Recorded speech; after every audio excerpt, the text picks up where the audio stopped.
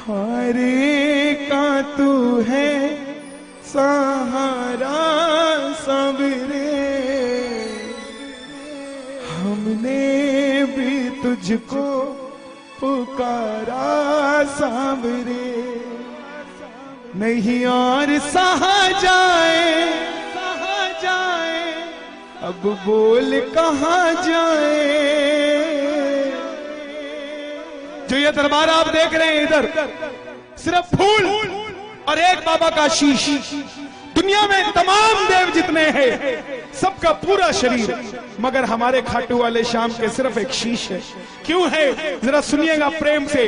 बेशक ताली मत बजाना, बेशक मत गाना, मगर सुन लेना भाव से, बेड़ा पार सुनने से हो जाएगा साहब। कह देना हारे का तू है सहारा सावरे, हमने भी तुझको है पुकारा सावरे। हारे का तू है सहारा सावरे, हमने भी तुझको है पुकारा सावरे। नहीं और सहा जाए अब बोल कहाँ जाए।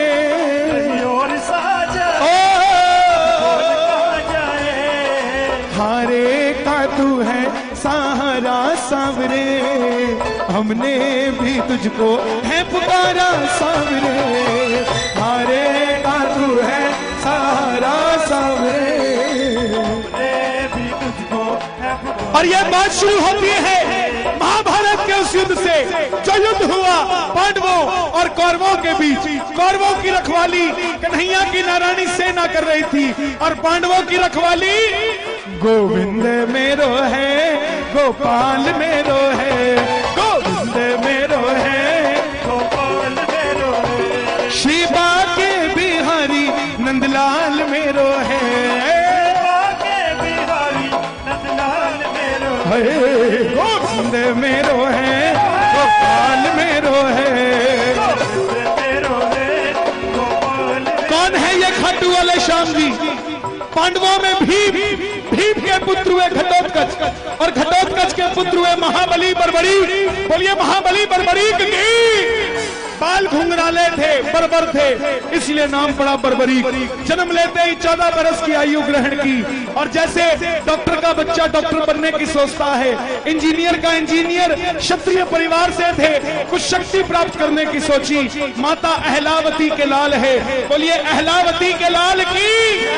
माँ के पास गए कि माँ मैं कुछ शक्ति प्राप्त करना चाहता हूँ, और माँ ने कहा माँ दुर्गा की तपस्या करो अगर शक्ति चाहिए तो, और शिव के बिना शक्ति अधूरी, शक्ति के बिना शिव अधूरे।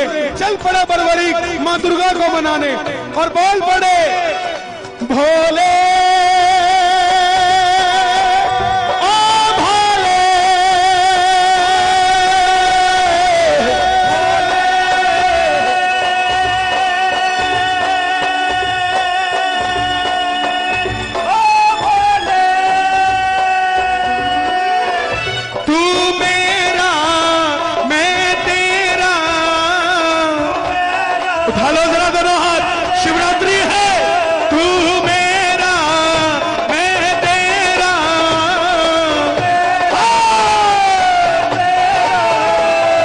शाम से मिला दे, मेरा यार तू मिला दे मुझे शाम से।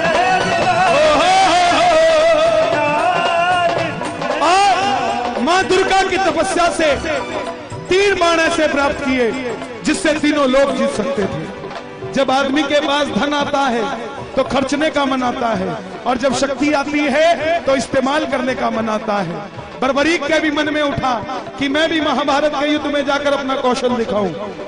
माँ के पास गए कि माँ मैं भी युद्ध में भाग लेना चाहता हूँ। माँ ने सोचा कन्हैया की सेना कौरवों के पास है, पांडव कमजोर होंगे। वचन ले लिया बेटा जा, मगर जाने से पहले 2 वचन दे। पहला वचन जो युद्ध में हारेगा तो उसका सहारा बनेगा। एक बार कह देना प्रेम से, हारे के सहारे आजा तेरा दास पुकारे आजा।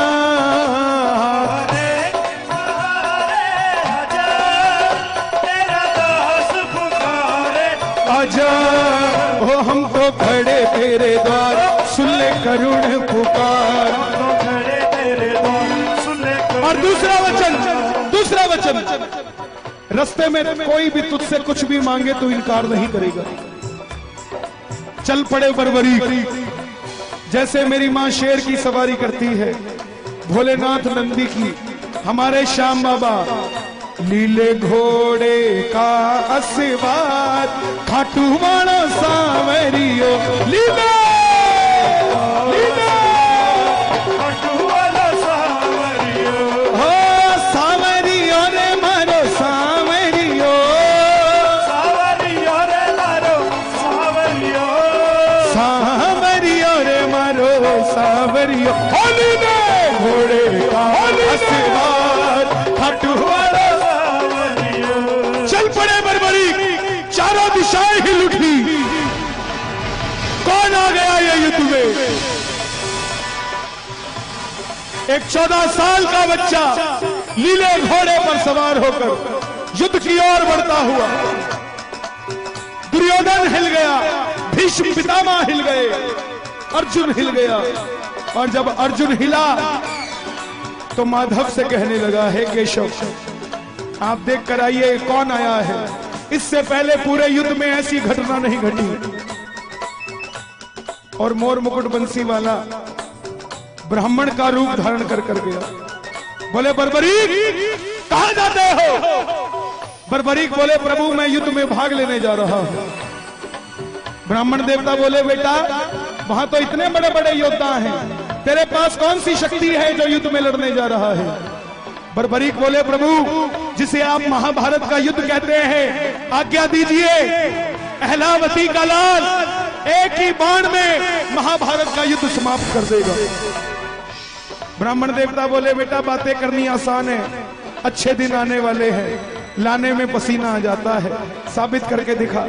सामने पीपल का पेड़ था, बरबरीक ने चढ़ाया प्रत्यंचा पे बाण और एक ही बाण से पूरे पेड़ के पत्ते भेद दिए। एक पत्ता ब्राह्मण ने अपने पांव के नीचे दबा लिया। आखिर में वो बाण ब्राह्मण के पांव के ऊपर घूमने लगा। बरबरीक बोले प्रभु पांव हटाइए, एक पत्ता आपके पांव के नीचे है। ब्राह्मण देवता मान गए, अगर ये युद्ध में चला गया तो सबको ढूंढ ढूंढ के मारेगा। बोले बरबरीक किसका साथ दोगे? बरबरीक बोला प्रभु मैं अपनी मां को वचन देकर आया हूं, हारे के सहारे आजा तेरा दास पुकारे, आजा के सहारे आजा,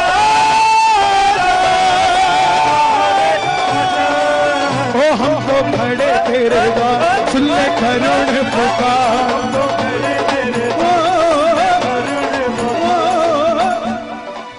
ब्राह्मण ने घेर लिया। छलिया है ना मोर मुकुट बंसी वाला, किसी का नहीं हुआ। जन्म लिया तो देवकी को छोड़ दिया, यशोदा ने पाला, यशोदा को छोड़ दिया। राधा से प्रेम किया, राधा को छोड़ दिया। ब्रज में रहा, ब्रज को छोड़ दिया। रिश्तेदारों को आपस में लड़ा के छोड़ दिया। ये किसी का नहीं हुआ। बोले बरबरीक ये कैसा वचन दे दिया, हारे का सहारा। अगर तू पांडवों की तरफ हुआ तो कौरव हारने लग जाएंगे तो तू कौरवों की तरफ हो जाएगा, और अगर कौरवों की तरफ हुआ तो पांडव हारने लग जाएंगे तो तू पांडवों की तरफ हो जाएगा। इससे तो युद्ध का निर्णय नहीं निकलेगा।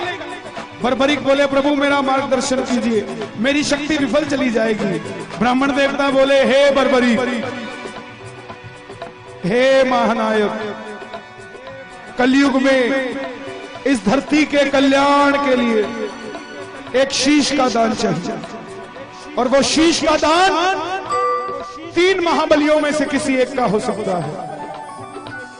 या तो भगवान श्री कृष्ण का, या अर्जुन का, या बरबरीक तुम्हारा। कन्हैया की बलि नहीं ले सकता, उसने युद्ध रचना है। अर्जुन की बलि नहीं ले सकता, उसने युद्ध खेलना है। तो बच्चे तुम अपने शीश का दान दो और इस धरती का कल्याण करो। बरबरीक बोले प्रभु ये निकाली तलवार अहलावती का लाल, ये मौरवी नंदन आपका वचन देता है शीश दान में दिया जाएगा। मगर आप कौन है? साधारण ब्राह्मण शीश का दान नहीं मांग सकता। और मेरे कन्हैया ने अपना विराट रूप दिखाया और झोली पसार कर खड़ा हो गया। मांगा शीश का दान मुरली वाले ने, मांगा शीश का दान मुरली वाले और बर्बरीक ने निकाली तलवार, दे दिया शीश उतार खाटू वाले ने। दे दिया शीश उतार।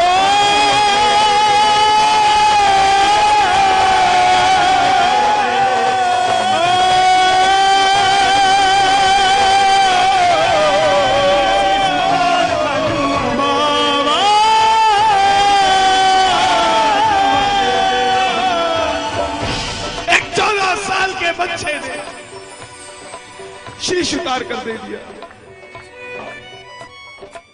मगर बोला प्रभु योद्धा हूं, लड़ने आया था लड़ नहीं पाया, देखने की इच्छा रखता हूं। कन्हैया ने उस शीश को अमृत पिलाया और सोलन के पास प्रचूड़ पर्वत है, गूगल उसे चूड़धार पर्वत कहता है, उस पर वो शीश रखा गया।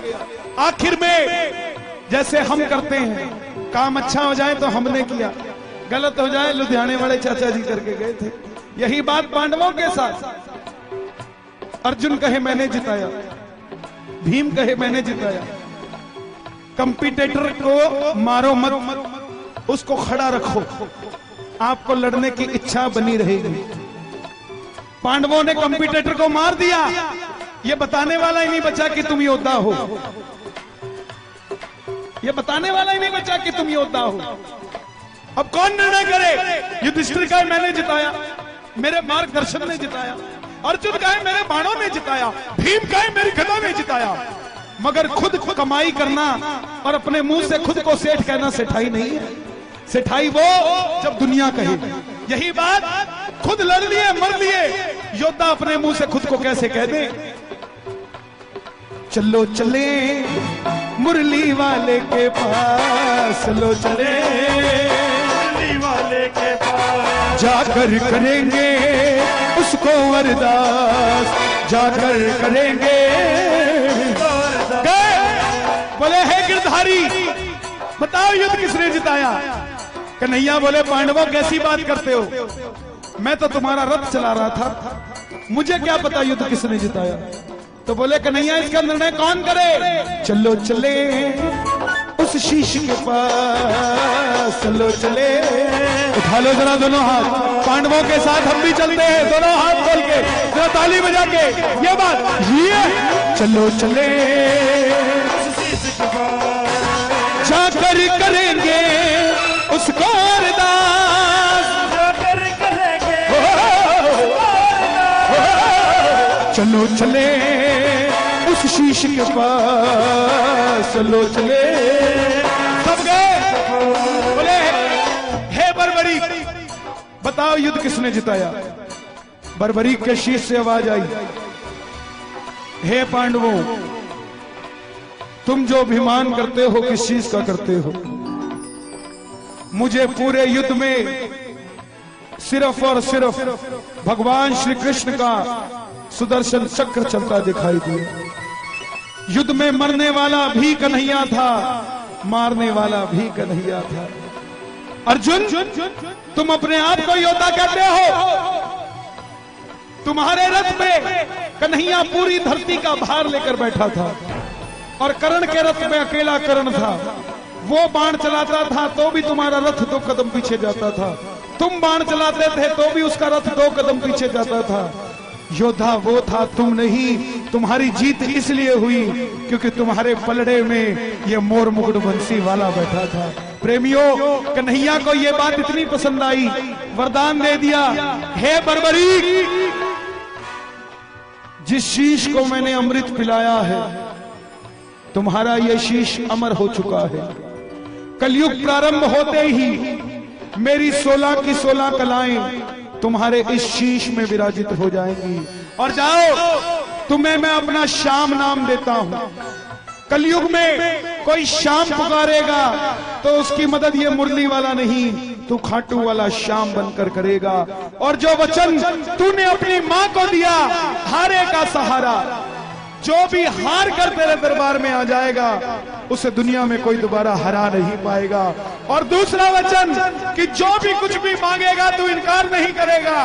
तेरे दरबार में ये कथा सुनकर जो पहली बार कुछ भी मांग लेगा, सच्चे दिल से, अगर उसकी नीयत सही होगी तो उसको तेरे दरबार से जरूर मिलेगा।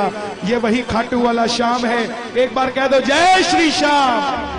छोड़ेंगे ना हम तेरा द्वारो बाबा, मरते दम तक छोड़ेंगे ना हम तेरा द्वारो बाबा, मरते दम तक, मरते दम नहीं अगले जन्म तक, मरते दम नहीं देखो अगले जन्म तक। इसके बाद एक दो भजन और सुनाऊंगा, फिर आरती करेंगे बाबा की। आनंद आ रहा है तो जरा दोनों हाथ उठाना, प्रेम से कह दो हो मरते दम नहीं अगले जन्म तक, मरते दम नहीं अगले जन्म तक। थोड़े लालची और हो जाओ। अगले जन्म नहीं 7 जन्म तक, अगले जन्म नहीं 7 थोड़े और लालची हो जाओ।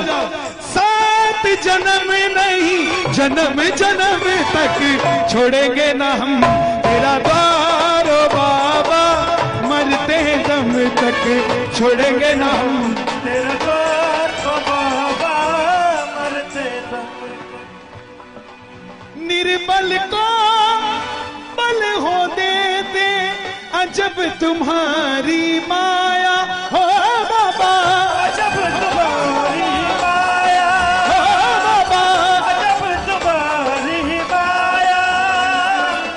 खेल तेरी शक्ति का जग में कोई समझ न पाया हो बाबा।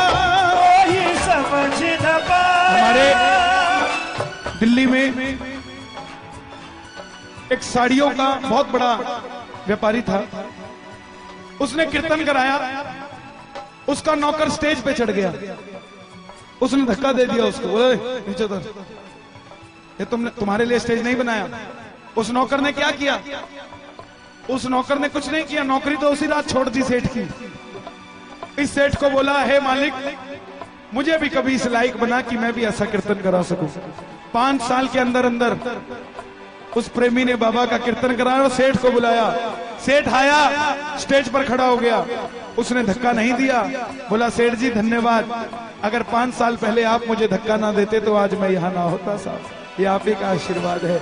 ये बाबा की खेल तेरी शक्ति का बाबा कोई समझ ना पाया हो बाबा, कोई समझ न पाया।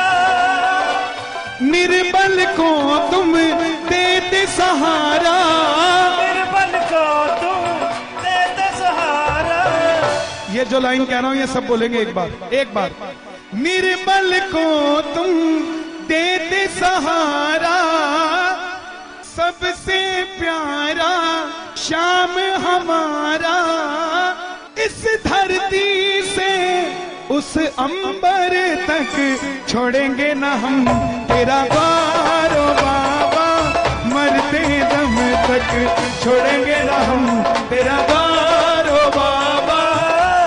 और जिनको ये कथा समझ आई है, मेरी उनसे गुजारिश, जिन ने ये कथा सुनी है, कम से कम 5 लोगों को जीवन में बताना।